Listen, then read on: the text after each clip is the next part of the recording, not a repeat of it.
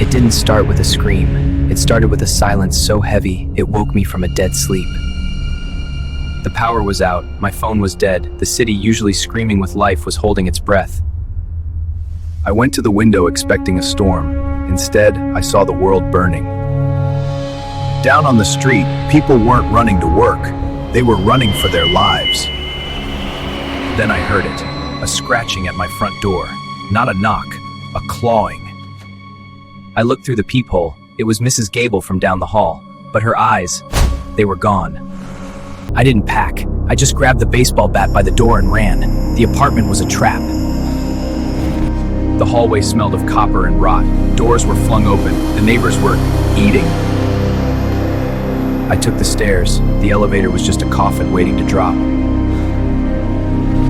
Bursting out into the alley, the noise hit me. Sirens, screams, and that terrible wet tearing sound.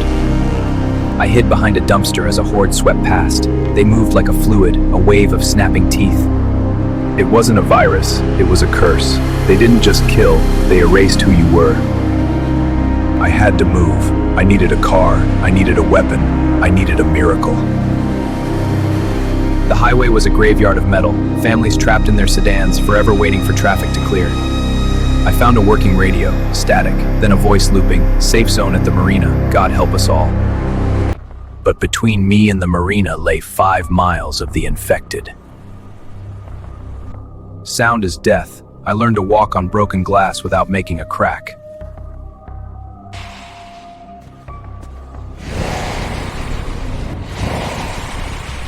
I swung the bat until my arms burned. I didn't feel brave. I just felt desperate. I reached the marina at sunset. The gates were closed.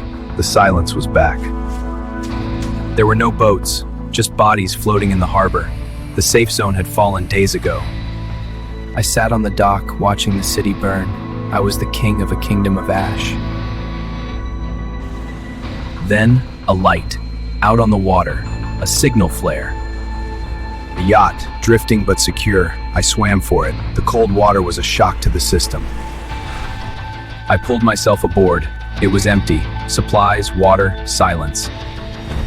I looked back at the shore. The infected were gathered at the edge, staring at me with dead, hungry eyes. I am alive. I don't know for how long, but tonight the water is my wall.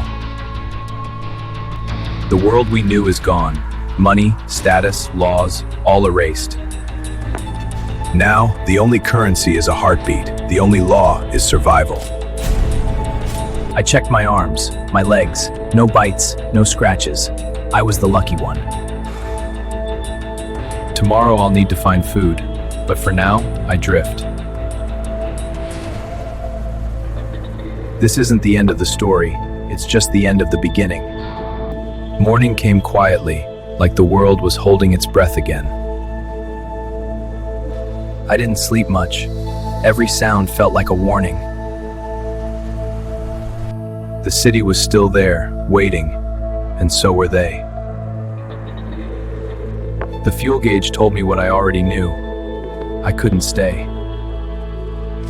If I wanted to live, I had to go back. I chose a quiet shore, far from the fires. Too quiet, which made it worse. I wasn't the first one here. Whatever happened, it happened fast. And then I saw movement. Someone was standing there, perfectly still, like they were listening. I tightened my grip, praying it was still human.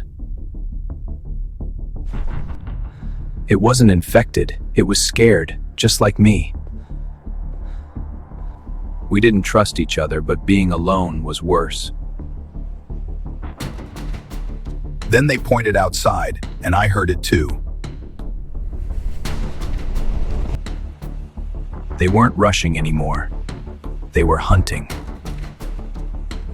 They were learning, following patterns, waiting. We didn't move. We barely breathed. They were right outside the door. And I knew whatever happened next would change everything. Then the ground started to shake, like something massive was moving nearby. They stopped hunting us and started listening. That's when I heard something louder than screams. A helicopter, real, military. The light drove them mad, like animals caught in fire. A rope dropped. They were here for survivors. They moved fast, trained, like this wasn't new to them. I didn't ask questions. I just climbed.